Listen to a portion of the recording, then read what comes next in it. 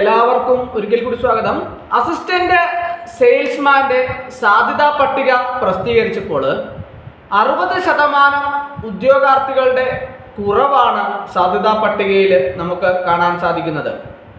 കഴിഞ്ഞ തവണ പട്ടികയിലെ എണ്ണം എന്ന് പറയുന്നത് 14,776 പേരാണ് കഴിഞ്ഞ തവണത്തെ സാധ്യതാ പട്ടികയിൽ ഉൾപ്പെട്ടതെങ്കിൽ ഇപ്രാവശ്യം അത് 5,910 പേരായിട്ട് കുറയുകയുണ്ടായി. അതായത് പകുതിയിലും താഴെ 60% ഉദ്യോഗാർത്ഥികളുടെ കുറവാണ് ഉണ്ടായിട്ടുള്ളത്.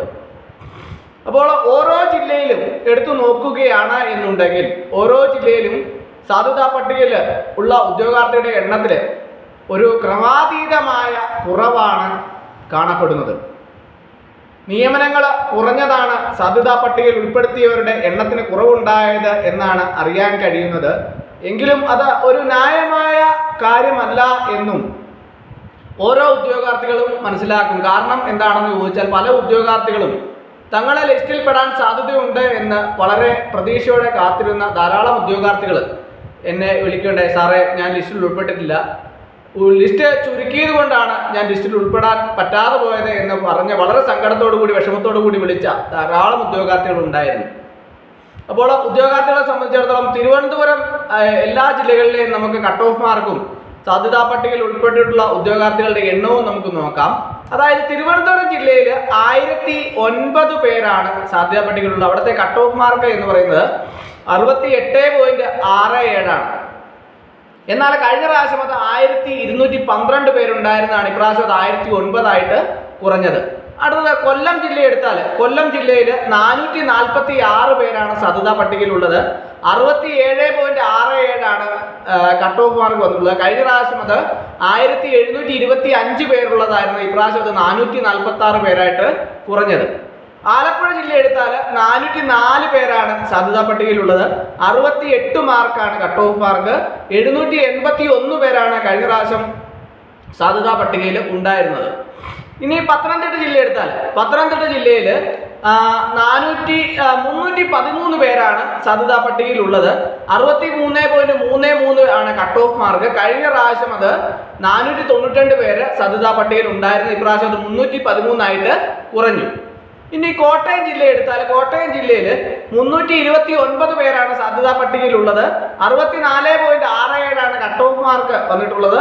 1151 ആണ് കഴിഞ്ഞ പ്രാവശ്യം സാധ്യതാ പട്ടികയിൽ ഉണ്ടായിരുന്നത്. ഇപ്രാവശ്യം അത് 329 ആയിട്ട് കുറഞ്ഞു. അടുത്തത് ഇടുക്കി ജില്ല.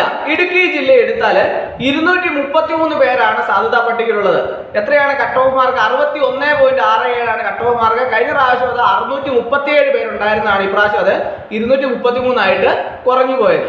ഇനി നമുക്ക് എറണാകുളം ജില്ല എടുക്കാം. എറണാകുളം ജില്ലയിൽ 606 പേരാണ് സാധ്യതാ പട്ടികയിൽ ഉൾപ്പെട്ടിട്ടുള്ളത്. 66 ആണ് കട്ട് ഓഫ് മാർക്ക്. കഴിഞ്ഞ പ്രാവശ്യം അത് 1722 പേരുള്ളതാണ്. ഇപ്രാവശ്യം അത് 606 ആയിട്ട് കുറഞ്ഞത്.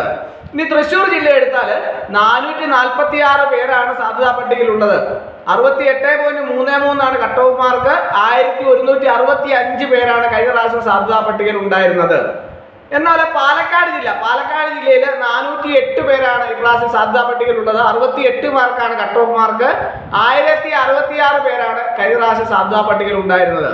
മലപ്പുറം ജില്ലയിൽ 466 പേരാണ് സാധ്യതാ പട്ടികയിലുള്ള. 68 ആണ് കട്ട് ഓഫ് മാർക്ക്. 1414 പേരാണ് കഴിഞ്ഞ പ്രാവശ്യം സാധ്യതാ പട്ടികയിൽ ഉണ്ടായിരുന്നത്. കോഴിക്കോട് ജില്ലയിൽ ഇപ്രാവശ്യം 499 പേരാണ് ഉള്ളത്. 69.67 ആണ് കട്ട് ഓഫ് മാർക്ക്. കഴിഞ്ഞ പ്രാവശ്യം 1455 പേര് സാധ്യതാ പട്ടികയിൽ ഉണ്ടായിരുന്നു. വയനാട് ജില്ലയിൽ 218 പേരാണ് ഇപ്രാവശ്യം സാധ്യതാ പട്ടികയിലുള്ളത്. 63.67 ആണ് കട്ട് ഓഫ് മാർക്ക് വന്നിട്ടുള്ളത്. എത്രയാണ്? 582 പേരാണ് കഴിഞ്ഞ പ്രാവശ്യം സാധ്യതാ പട്ടികയിൽ ഉണ്ടായിരുന്നത്. കണ്ണൂർ ജില്ല എടുത്താൽ 342 പേരാണ് ഇപ്രാവശ്യം സാധ്യതാ പട്ടികയിലുള്ളത്. 70 മാർക്കാണ് കട്ട് ഓഫ് മാർക്ക്. 792 പേരാണ് കഴിഞ്ഞ പ്രാവശ്യം സാധ്യതാ പട്ടികയിലുള്ളത്. അപ്പോൾ അതുപോലെ തന്നെ കാസർഗോഡ് ജില്ലയിൽ 191 പേരാണ് ഇപ്രാവശ്യം സാധ്യതാ പട്ടികയിലുള്ളത്. 67 മാർക്കാണ് കട്ട് ഓഫ് മാർക്ക്. 582 പേരാണ് കഴിഞ്ഞ പ്രാവശ്യം സാധ്യതാ പട്ടികയിൽ ഉണ്ടായിരുന്നത്. അങ്ങനെ കേരളത്തിൽ എല്ലാ ജില്ലയിലും എടുത്താൽ 14,776 പേരാണ് കഴിഞ്ഞ പ്രാവശ്യം സാധ്യതാ പട്ടികയിൽ ഉണ്ടായിരുന്നതെങ്കിൽ ഇപ്രാവശ്യം അത് 5910 പേരായിട്ട് കുറഞ്ഞു എന്നുള്ളതാണ്. 60% കുറവാണ് ഉണ്ടായിട്ടുള്ളത്. ഉദ്യോഗാർത്ഥികളെല്ലാം തന്നെ വളരെ വിഷമത്തോടു കൂടി തന്നെയാണ് ഇതിനെ നോക്കിക്കാണുന്നത്. ഇനി എന്തെങ്കിലും ചെയ്യാൻ പറ്റുമോ എന്ന് ധാരാളം ഉദ്യോഗാർത്ഥികൾ ചോദിക്കുകയുണ്ടായി.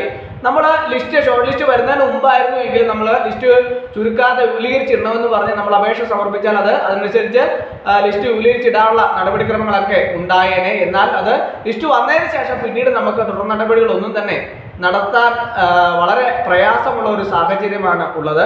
അപ്പോൾ ഉദ്യോഗാർത്ഥികളെ സംബന്ധിച്ചിടത്തോളം ഒരു അസിസ്റ്റന്റ് സെയിൽസ്മാൻ എന്ന് പറയുന്ന തസ്തിക വളരെ അധികം പ്രതീക്ഷയോടെ കാത്തിരുന്ന ഒരു തസ്തികയാണ്. അവിടെ ഉദ്യോഗാർത്ഥികളുടെ എണ്ണത്തിൽ വൻ കുറവാണ് ഉണ്ടായിട്ടുള്ളത്.